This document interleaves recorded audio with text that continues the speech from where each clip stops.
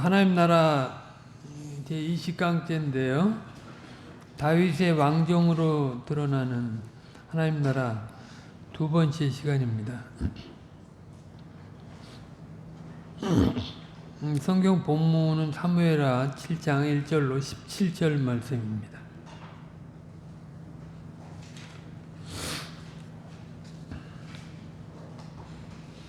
제가 읽겠습니다.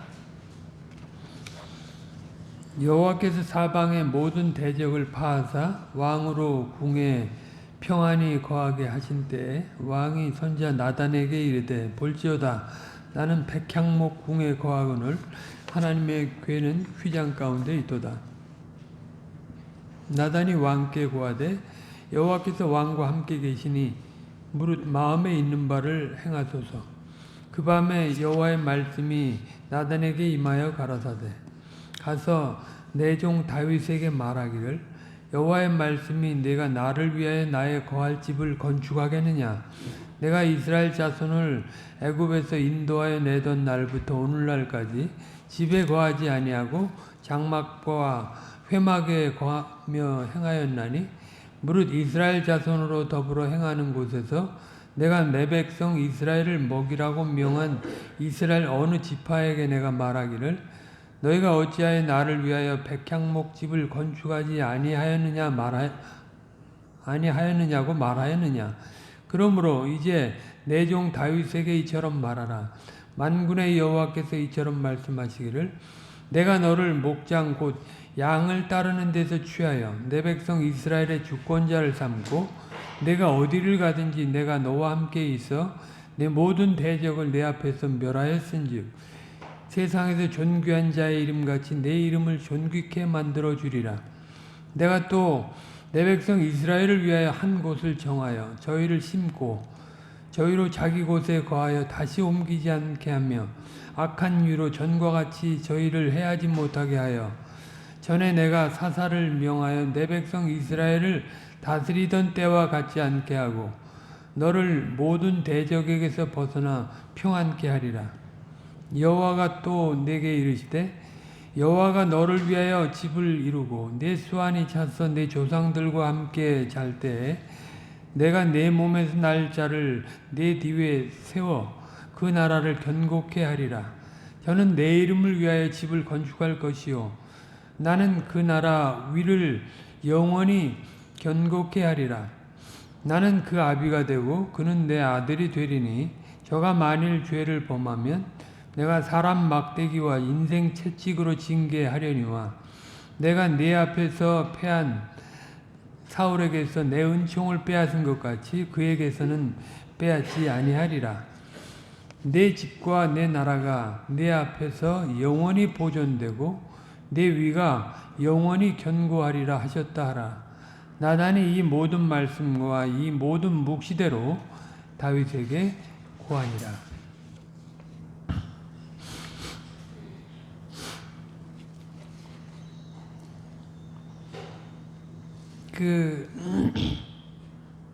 다윗은 이제 구속사 안에서 사울과 아주 대조되는 인물이죠. 사울의 인간 왕국과 대비해서 다윗은 신정국의 모습을 아주 잘 드러냈습니다.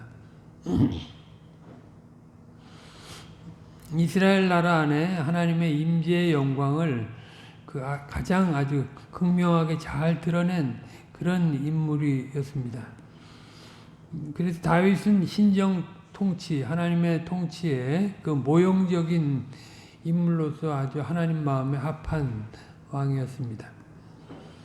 아까 성경 공부 시간에도 말씀드렸지만 그 에덴에서 창조함을 받았을 때 아담과 하와가 저들이 에덴이라고 하는 그런 공간 속에서 하나님의 왕 같고 제사장적이고 선지자적인 그런 통치를 잘 드러냈어야 했습니다. 그러나 자신의 개인적인 그런 생각으로 하나님의 계시를 곡해해 가지고 하나님 중심으로 생각해야 될 선악과 금령에 대한 내용을 자기 중심으로 생각해서 결국 적극적으로 하나님을 사랑하지 못하고 사단과 가까이 함으로 미혹을 받아서 시험에 들어서 그것을 따먹게 되죠. 그래서 모든 것들을 그 영광스러운 직임과 소명을 다 잃어버리고 말았습니다. 그래서 그 영광스러운 그런 장소에서 그 세상에 아주 유일무이한 그런 영역에서 이제 쫓겨나고 말았던 거죠.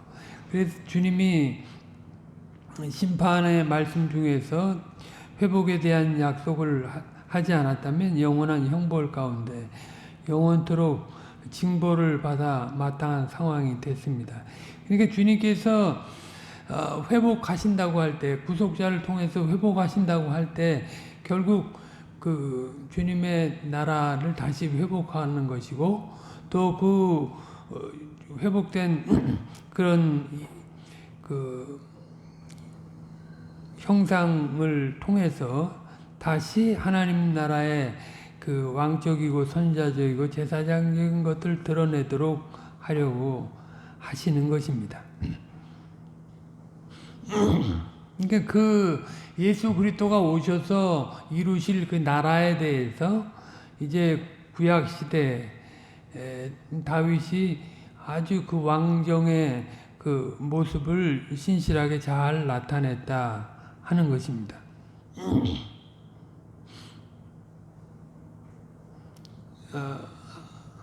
아브라함도 이제 하나님의 언약을 통해서 그 신의 그 도성을, 그 하늘의 도성을 바라봤는데 그 신앙의 계보를 쫓아서 세워진 다윗은 마땅히 이제 그 아브라함 언약의 일차적인 그런 성취자로서 그 왕정을 그 하늘의 왕정이죠. 하늘의 왕정을 땅에 나타내는 존재로서 세움을 입었습니다. 그 이스라엘에서 이제 그 이스라엘의 왕으로서 예루살렘에서 전 이스라엘의 왕으로서 세움을 입기까지 많은 고통을 받았지만 이제 그것은 마땅한 준비 과정이었어요. 그리고 이제 그 말년에는 하나님 앞에 범죄한 사건 때문에 아주 징계를 받아서 반란 등의 문제 등으로 마음고생을 많이 했지만 그의 생애는 전반적으로 하나님이 기뻐하시는 자로서의 모습을 잘 나타냈다. 하나님의 주권을 높이는 삶을 살았고 하나님의 자비로 주님과 교통하는 그 모습을 끊이지 아니하고 장성하는 행보를 취했습니다. 그리고 당대에 이제 하나님의 약속하신 대로 아브라함과 모세 언약의 성취를 다 경험했고 또 장차 그리스도 안에서 이루어질 언약을 소망하면서 살았습니다. 우리가 시편의 그의 그 고백들을 보면 그가 이전의 그 믿음의 내용들을 다 취했고 이후 구속사 안에서 이루어질 일들을 멀리 내다보면서 살았다 하는 것을 우리가 확인할 수 있습니다. 지난 시간에 이제 다윗이 그렇게 사울에 이어서 기름 부음을 받아서 어떻게 왕정의 체계를 갖추고 살게 됐는가 하는 그런 배경에 대한 내용들을 다 살펴봤습니다.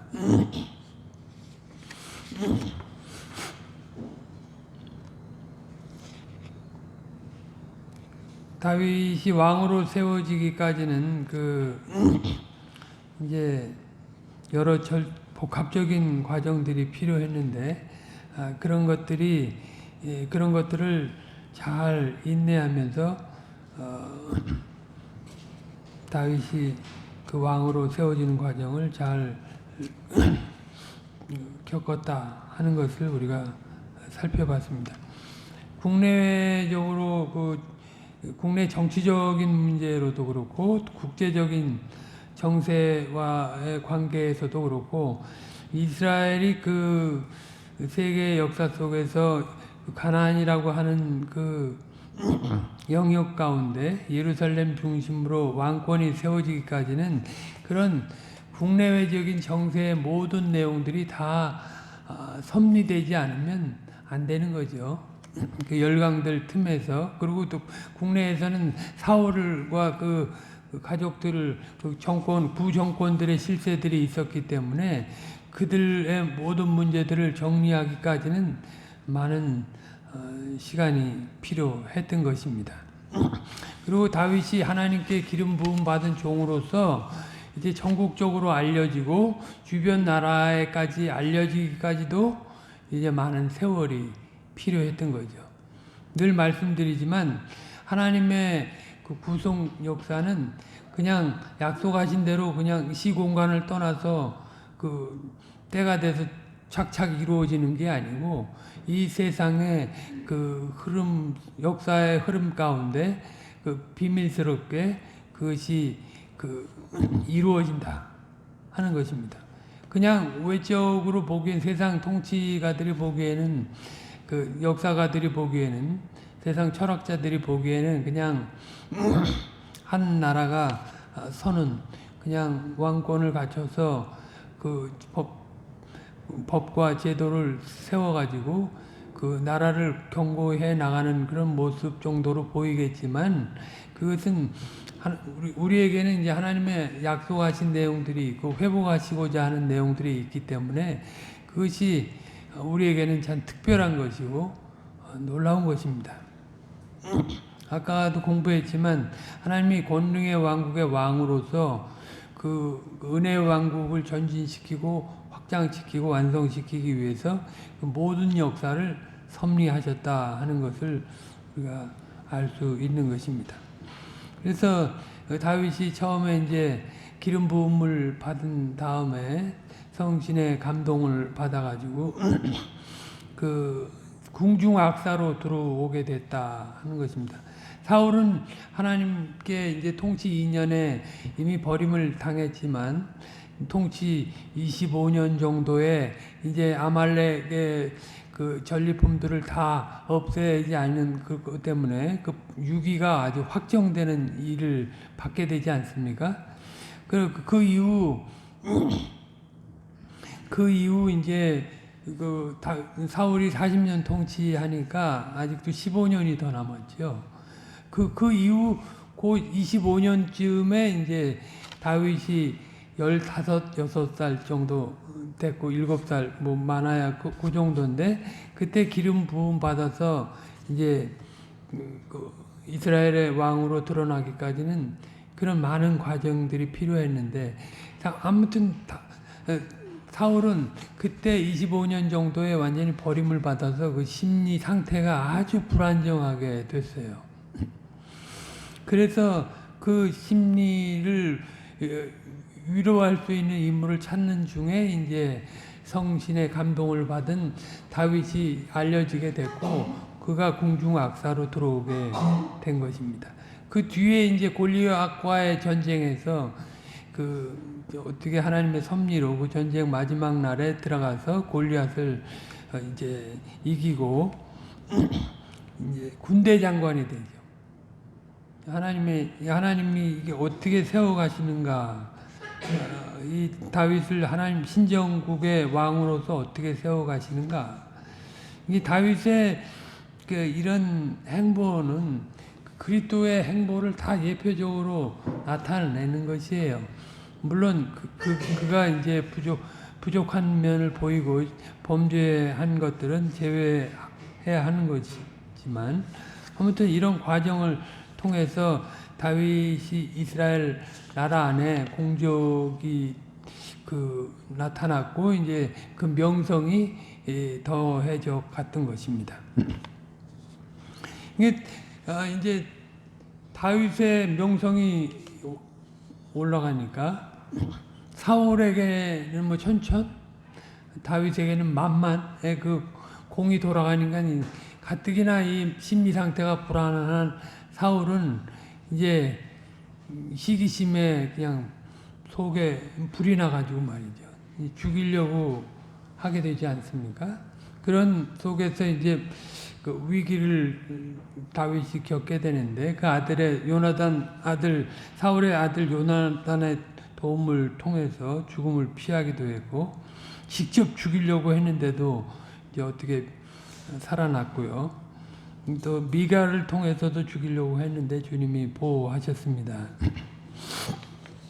그래서 이제 그 이후에 한 5, 6년, 한 4, 5년 정도 방랑의 기간을 보내게 되는데 이스라엘 가운데 방랑의 기간을 보내게 되면서도 이제 다윗은 그 나라 왕으로 세워질 인물로서 그 나라 안에서 압제받고 고통받는 외래 침략을 받아서 고통받는 자들을 돕고 말이죠. 저들을 살피는 그런 일들을 했습니다.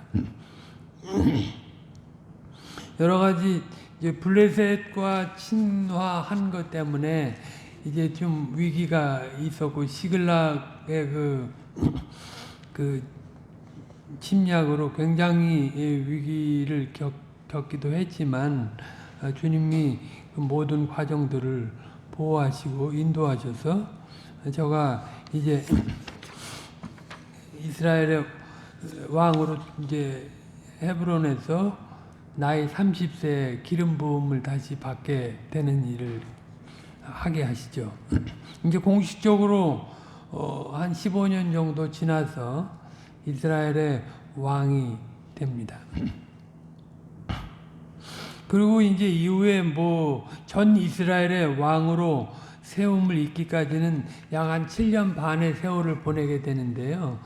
그 사이에 이제 여러 정리할 내용들이 있었던 것입니다. 사울의 그 자녀 세력들, 사울의 그 아들 그 이스보셋, 또 요나단의 아들 무비보셋 같은, 그리고 북쪽 이스라엘의 북방 지파들의 그 세력을 모았던 아브넬 같은 인물들, 또 그 자체 다윗 세력 쪽에서도 지금 정리해야 될 그런 인물들이 지금 있었죠. 요압이나 뭐 신무이 뭐 그런 등등의 사람들, 이런 사람들을 정리하는 기간들이 이제 필요했습니다. 다윗이 그냥 강성해진다고 저절로 강성해지는 게 아니고 아까도 말씀드렸지만 그런 적대 세력을 치리하는 그런 시간들이 필요했기 때문에 그런 일들을 겪었다. 그리고 이제 그가 전 이스라엘의 왕으로 세움을 있게 되었습니다. 하나님께서 오랫동안 그를 섭리해 오신 결과 다윗이 약속의 땅에서 신정 국가의 틀을 잘 갖추어 가도록 되었던 것입니다.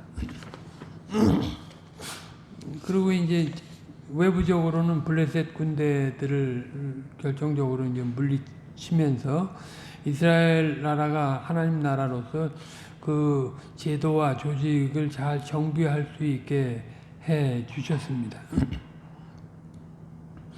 그리고 예루살렘을 수도로 정했고 다윗성을 세우고 이제 우리가 아까 시편 132편에서도 봤지만, 그리고 또 오늘 본문에서도 봤지만 이제 법궤를 예루살렘 수도를 정하고 법궤를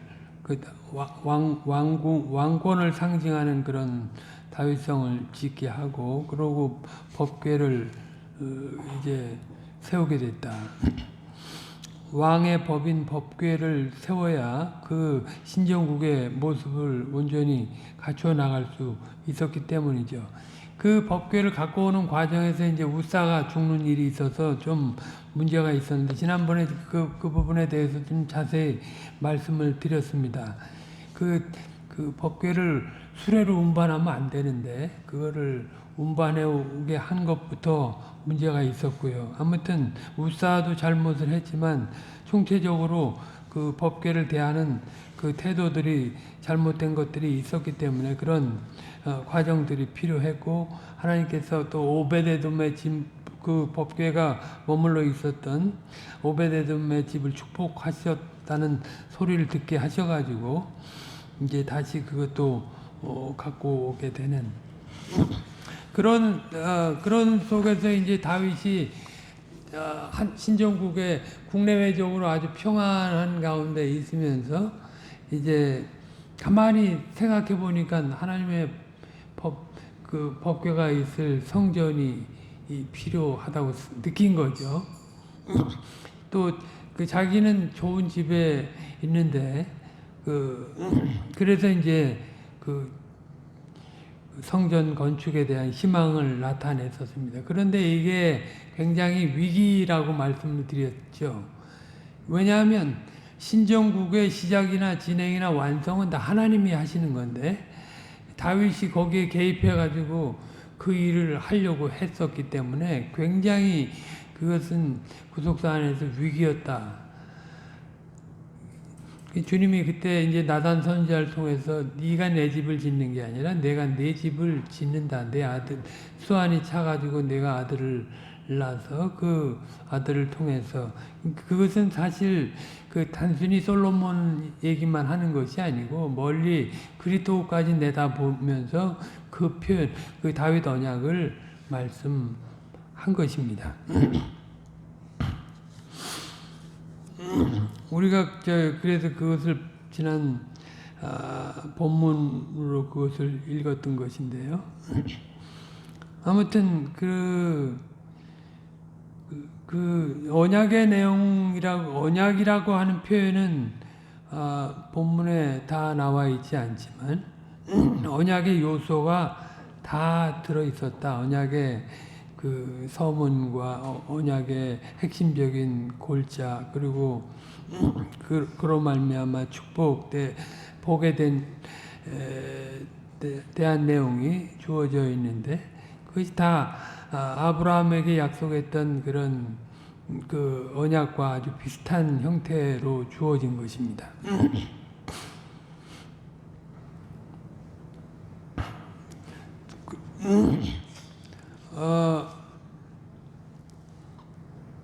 아무튼 여기에 내용을 보면 모세의 노래에 나오는 것과도 또 비슷했다 하는 내용을 말씀을 드렸습니다. 출애굽한 이후에 모세의 찬양이 출애굽 15장에 나오는데, 그 모세의 찬양 가운데 나오는 것과 흡사한 내용이 사무엘하 7장에 나타나 있다 하는 것입니다. 그리고 아까 시편 132편을 봤지만 분명히 11절 12절에 보면 다윗에게 하신 언약이 예언이 언약적인 성격이 분명히 있다 하는 것이 나타나 있습니다. 예레미야가 이제 다윗 언약을 인용한 내용을 봐도 이것이 분명히 언약의 형식으로 주어진 것이다. 다윗은 그런 나단 선지자를 통한 그런 언약의 말씀을 듣고서 하나님께 감사 기도를 올렸는데, 거기 보면 하나님의 주권적인 섭리의 시작과 과정, 그리고 목적, 그리고 하나님의 언약에 대해 이해하고 있는 다윗의 신앙이 아주 잘 나타나 있습니다. 이전부터 이래오신 하나님의 일하심대로 다윗 시대에 그것이 성취되었고, 또 앞으로 멀리 그리스도 안에서 그것이 이루어질 것이다 라고 하는 것을 분명하게 고백하고 있는 것입니다. 그래서 그리스도의 그 나라의 그 번영과 그 영광에 대해서 가시적으로 보여주는 그런 보여줘야 했던 그런 시간이었기 때문에 다윗의 판도를 넓혀 주셨다. 지파 간의 연합뿐만이 아니라 블레셋, 모압, 에돔, 다메섹, 소바, 하맛, 암몬 지역 등으로 어디로 나아가도 다 승리케 하시고 하나님 나라의 판도를 이제 그 남쪽의 아카바만에서부터 애굽강 그리고 또 북쪽의 유브라테스 강까지 미쳐서 아브라함에게 약속하신 것이 다 이루어졌다는 것이 가시적으로 극명하게 보여졌습니다. 창세기 15장 18절에 그 언약하신 것이 이제 다윗에게 다 이루어진 것이 보여지는 것입니다. 지난 시간에 여기까지 했는데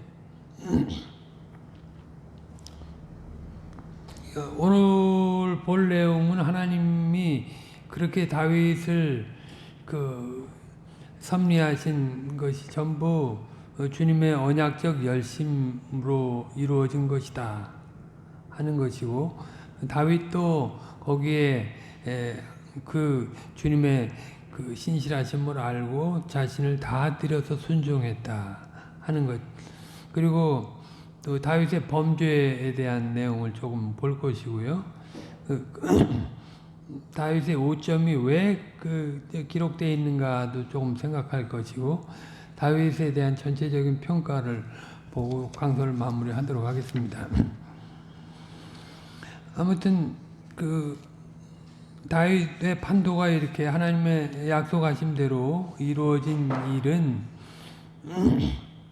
하나님의 신실하심에 의한 것이었습니다. 아브라함으로 하여금 큰 민족을 이루게 하시고 복의 근원이 될 것이라 이렇게 말씀을 하셨는데 그에 대한 성취였고 모세에게 하신 언약의 말씀대로 택하신 곳에서 하나님의 마음에 합한 왕정으로 말미암아 하나님의 나라가 하나님의 거룩한 백성으로 또 하나님의 소유로 제사장 나라가 되는 모양새를 갖추게 된 것입니다. 그러니까 모세 찬양도 그냥 출애굽 이후에 그 은혜에 감사해서 찬양하는 것으로 끝나는 게 아니고 모세는 이전에 그 아브라함에게 언약했던 내용이 자신들에게 이루어졌다는 것을 알고 감사하고 또 그 일의 실제가 무엇인지 애굽에서 왜 구원됐고 광야를 통해서 왜 가나안에 들어가야 되고 가나안에 들어가서 왜 신정을 건설해야 되고 이것을 멀리 내다보고 찬양을 했다 이 말. 이게 시간은 자기 역사의 시간 속에서 믿음의 사람들이 살아가지만 그의 초점은 영혼 속에 다 가 있다. 하나님의 완전한 회복에 가 있다. 그러니까 에덴의 창설도 그 영혼을 위한 창설이었다. 또 이스라엘이 뽑힘을 받아서 쓰임을 받는 것도 그 영원한 그 영광을 위하여서 그 있었던 것이다. 다윗의 이 왕정의 이 완전함, 화려함, 그 안위 같은 것도 다 하늘의 나라가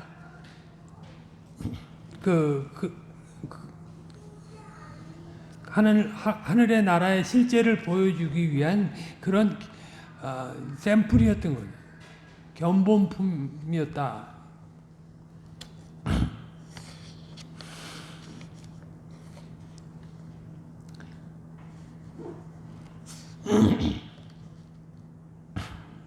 그런 게 신앙입니다. 신앙이라는 게 그냥 현실적으로 예수 믿고 구원 받아가지고 현실적으로 형통해가지고 편안하게 살아가는 그게 아니고요. 하나님의 영원한 경륜과 관련해서 내가 이 시대에 왜 태어났고 여기 교회 속에 속해서 무엇을 드러내야 되고 어디를 목적으로 살아가야 되는가 그런 것들이 참된 신앙이고 그걸 알면 이 세상의 희로애락 요동치는 그런 세상 속에서 결코 흔들리지 않는 거예요.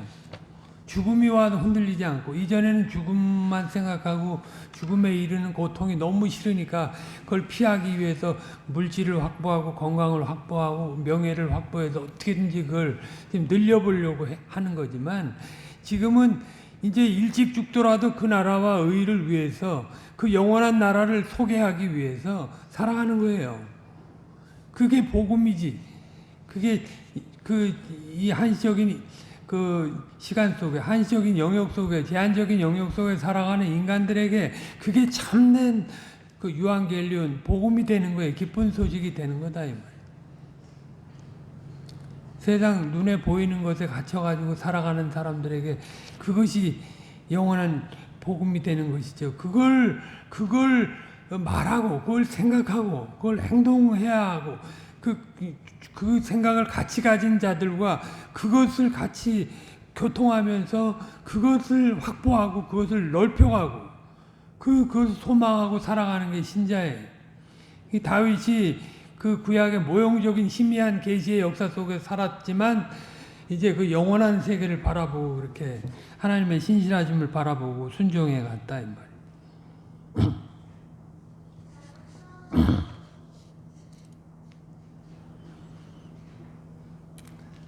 사실 그 이스라엘의 역사가 이제 이전에도 말씀드렸지만 예레미야 5장에 보면 이스라엘의 출애굽 이후에 한 번도 순종하지 않았다고 전체적으로 국가적으로 그런 표현을 했는데 그랬습니다. 선택받은 백성으로서 당대에 드러내야 될 그 정체성과 목표성 이런 것들 하나도 그 거룩성 제사장 나라로서의 그 특성을 하나도 드러내지 않았다. 종교 제도와 형식이 궁극적으로 뭘 가리키는지 그 의미도 모르고 거기에 참여해서 살았다.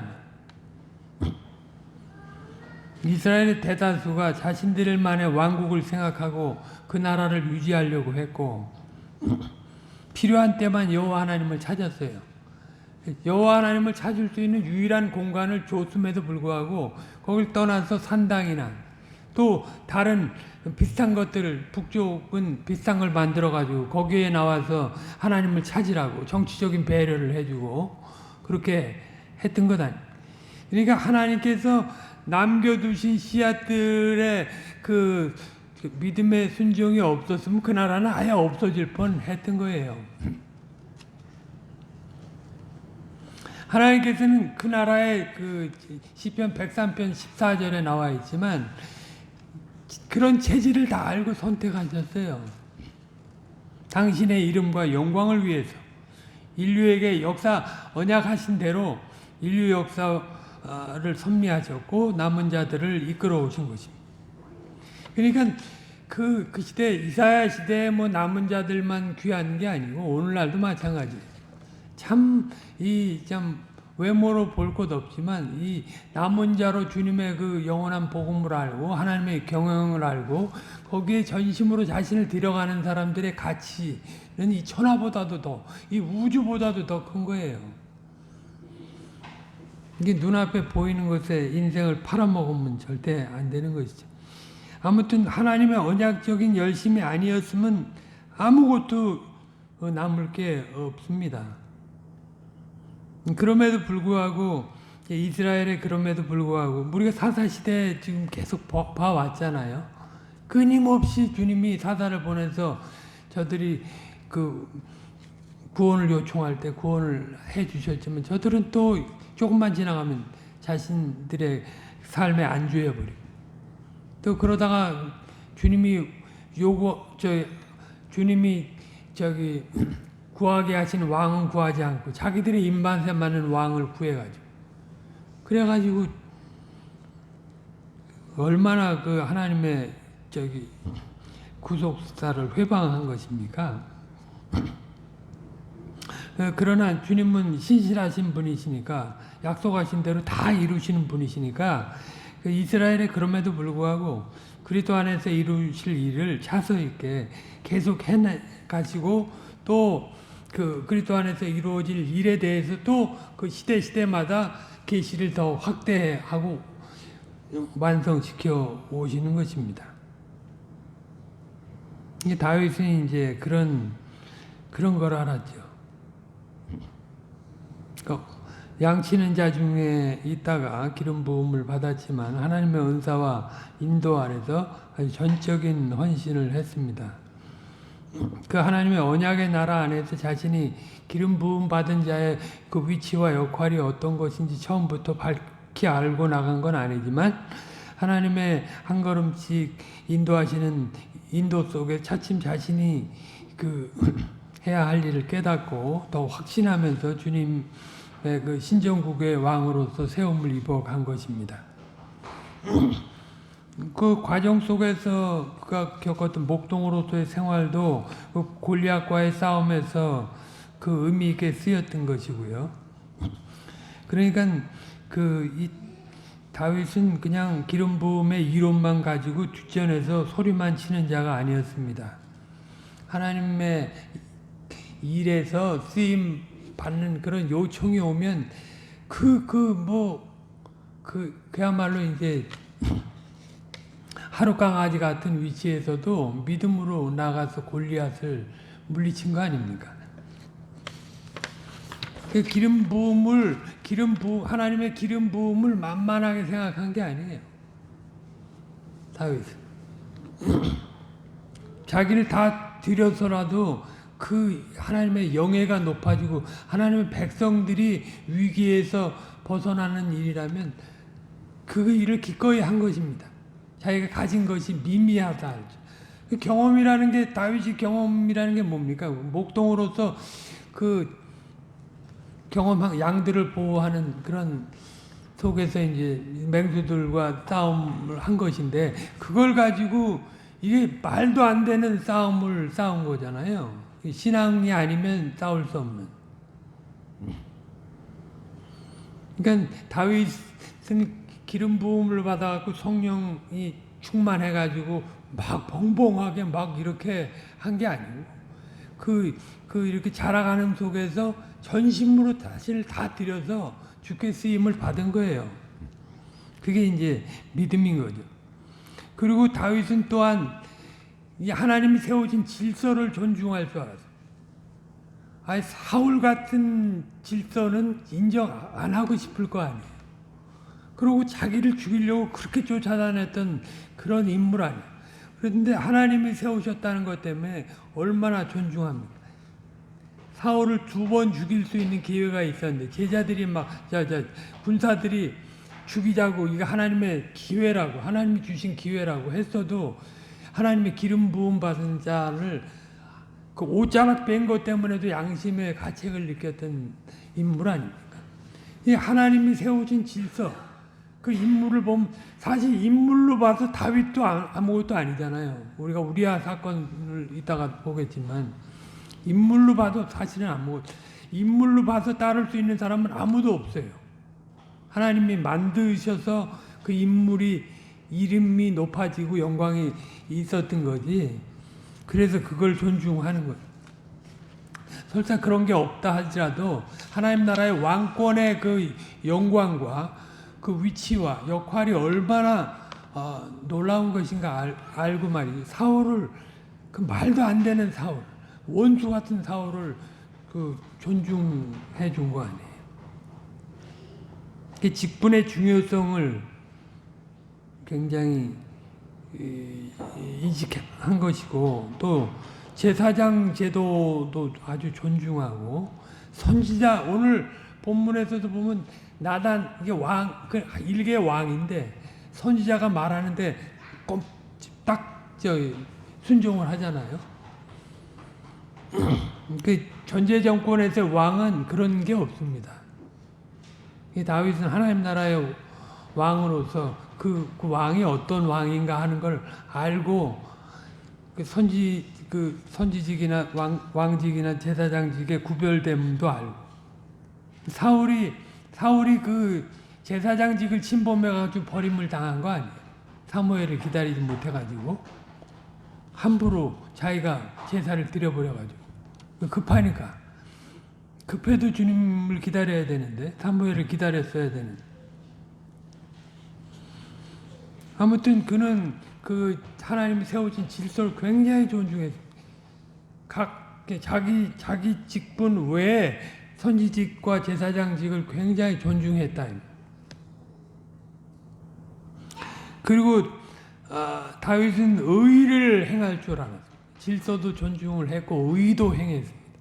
그것은 구약 교회의 그 수장으로서 그 일을 한 것이에요.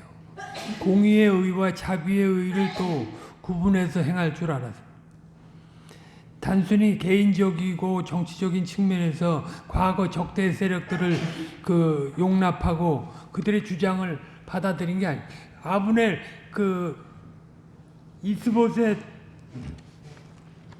이스보셋을 세워가지고 그 자기 기득권을 유지하려고 했던 그 아브넬이 이제 그 사울의 철을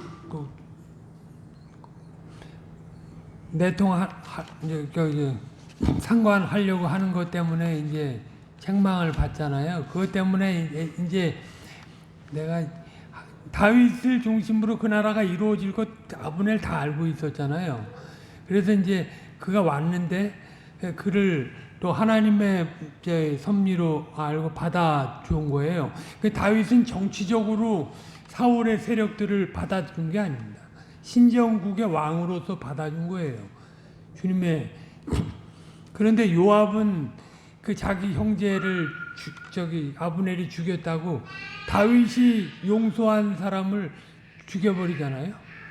그렇게 요압은 그 하나님 나라의 개국공신인데도 불구하고 아상에서 못 벗어났던 거죠. 아무튼 다윗은 무비보셋도 돌봐주고 기브온 사람들의 원한도 풀어주고 그게 다 하나님 앞에서 의 때문에 그들을 다 용납한 것이고 하나님 나라라고 하는 공동체의 인식하에서 그러한 의를 행사했습니다. 측근이라고 무조건 감싸고 간 게 아니고 측근이 그릇된 걸 요구하면 그거 받지 않았잖아요.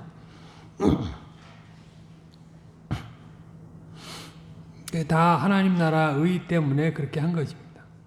요압의 죄악이나 시므이의 저주, 아도니아의 반역에 대해서 그냥 넘어가지 않고 또 나중에 솔로몬에게 잘 처리하도록 한 것. 그건 정치적인 배려가 아니다 이 말이에요. 하나님 나라를 세우기 위한 일이. 그리고 다윗은 하나님의 섭리를 기다릴 줄 알았어요. 무조건 하나님이 약속했으니까 기계적으로 이루어지는 걸로 생각하지 않았다.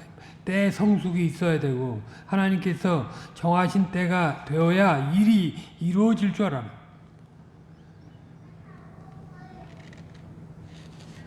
다윗은 하나님의 섭리의 때가 이루어졌다고 생각했을 때에는 주저하지 않고 결단을 내서 자신을 들여갔습니다.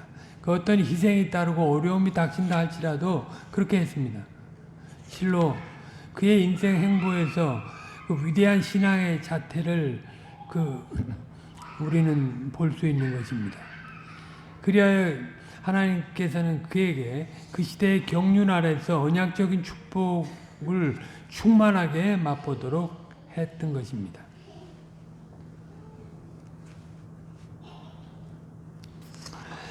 그런데 이제 변고가 생기게 되죠. 하나님께서 그렇게 번영케 하셔가지고 아주 충만한 그 상태에 있게 됐을 때 하나님 나라 왕으로서 있어서는 아니 될 일을 하게 됐습니다. 그것은 햇사람 우리아의 일이라고 언급된 그런 죄를 다윗이 범했습니다. 다윗의 군대가 암몬과 전쟁을 치르고 있을 때 다윗이 한가롭게 궁에 지내다가 목욕하는 그 우리아의 아내 밧세바를 본 것입니다. 다윗은 거기서 그치지 않고 여자를 탐했고 그 일로 인해서 하나님 나라 충신 우리아를 죽는 데까지 나아가도록 했습니다. 하나님을 경외하는 자라면 이런 범죄의 원인과 발전 과정 그리고 그 결과에 대해서 아주 주의를 게을리지 않아야 할 것입니다. 다윗은 이 내적인 극악한 죄를 역사에 원인으로 심은 일로 인해서 이후부터는 그 열매를 거두는 삶을 살게 됩니다. 그의 남은 일생이 철저히 그 잘못된 역사의 원인을 심은 것으로 인한 그런 그 일생으로 점철되는 것입니다. 이게 주님이 용서를 했어도 역사의 원인을 잘못 심은 거에 대해서는 반드시 거두게 하시는 거예요. 그게 하나님 나라 법칙이 사실 지킬 만한 죄도 지옥의 중심에 들어가게 합당한데 거기에 들어가게 하지 않고 현실적으로 징계해서 이제 성화를 이루어 나가시는 것은 그 놀라운 사랑이죠. 사실 다윗이 그 보응을 받는 것도 징계가 없으면 사생자라고 그랬는데 그 사랑이에요. 주님이 다윗을 사랑하니까 범과 속에서 그 일들을 겪으면서 주님의 사랑을 더 느끼게 하는 것입니다.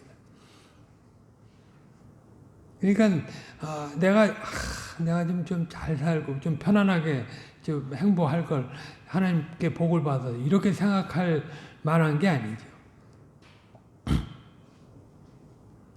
잘못 심은 것은 피할 수 없습니다. 이게 다윗은 딱 2번 잘못했거든요. 우리는 수도 없이 잘못해 사실은. 우리 마음으로 탐하는 걸 생각하면 마음으로 우상 숭배하고, 물질만 탐합니까? 이성을 보고도 탐하고. 그러니까 그런 걸 생각하면 다윗은 너무 거룩한 사람이에요, 사실은. 그런 걸 우리가 죄를 받아야 될 걸로 생각하면 우리는 진짜 여기 못 있습니다.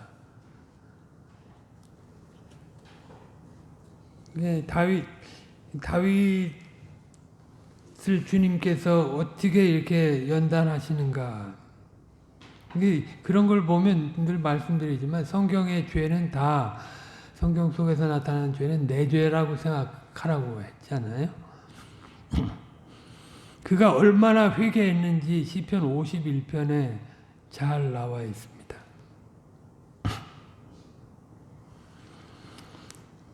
회개를 했지만 죄에 대한 보응은 피할 수 없었어요. 회개했다고 다 덮고 가는 게 역사의 원인을 잘못 심은 거에 대해서 회개했다고 그게 다 덮고 가는 게 아니라니까요. 현실적으로. 내가 주님의 백성으로 신실하게 살지 못하고 그 세월을 낭비했으면 그 일생을 그걸 거두는 삶을 살아요. 사실. 그런데도 이제 그 다윗은 그걸 피하지 않았어요. 그 보응을 받는 걸 피하지 않았어요. 그걸 한탄하고 원망하지 않았어요. 그걸 기꺼이 받아가면서 그 압살롬을 봐도 그렇고 아도니아를 봐도 그렇고 자기를 보는 거죠. 요압은 압살롬을 이용해서 지위를 더 누리려고 하나님 나라 안에서 지위를 더 누리려고 했었는데 다윗은 자신을 보니까 압살롬도 이해를 하는 거죠. 압살롬 죽었을 때 얼마나 탄식을 합니까? 그냥 자식이 죽어서 탄식하는 게 아니에요. 저도 회개할 기회도 받고 좀 주님의 은혜를 누려가야 되는데 그런 게 안 됐으니까 참 압살롬아 하는 거죠.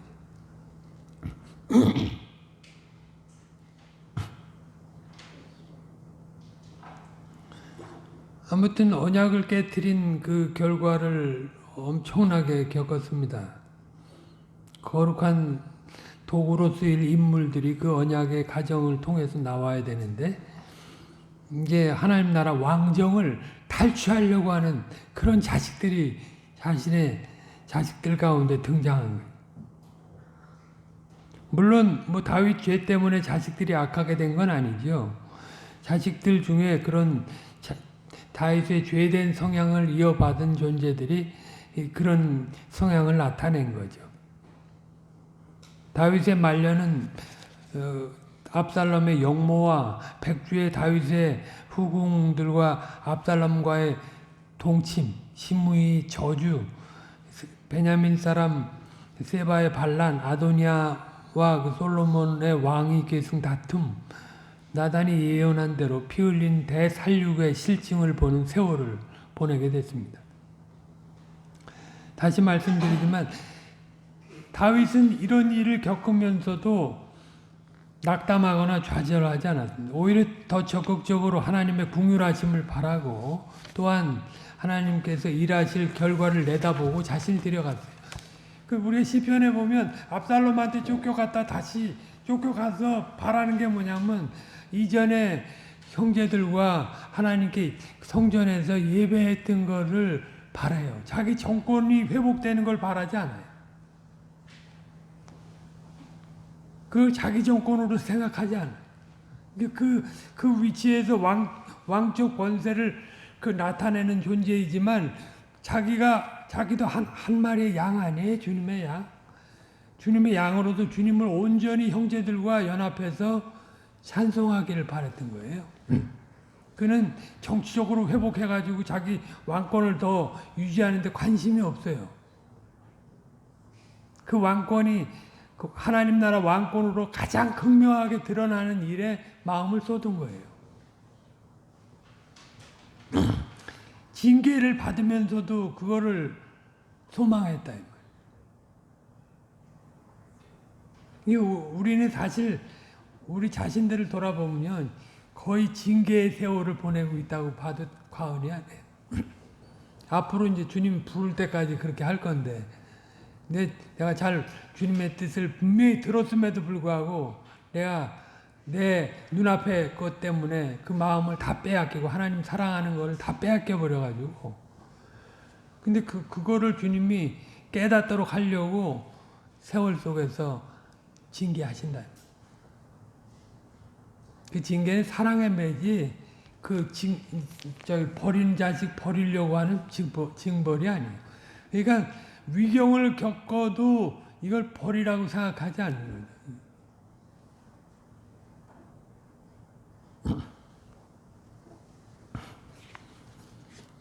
시간이 너무 많이 가서 오늘 여기까지만 하겠습니다. 다윗의 그 5점이 기록된 내용과 다윗에 대한 전체적인 평가, 그 나머지는 다음 시간에 보도록 하겠습니다.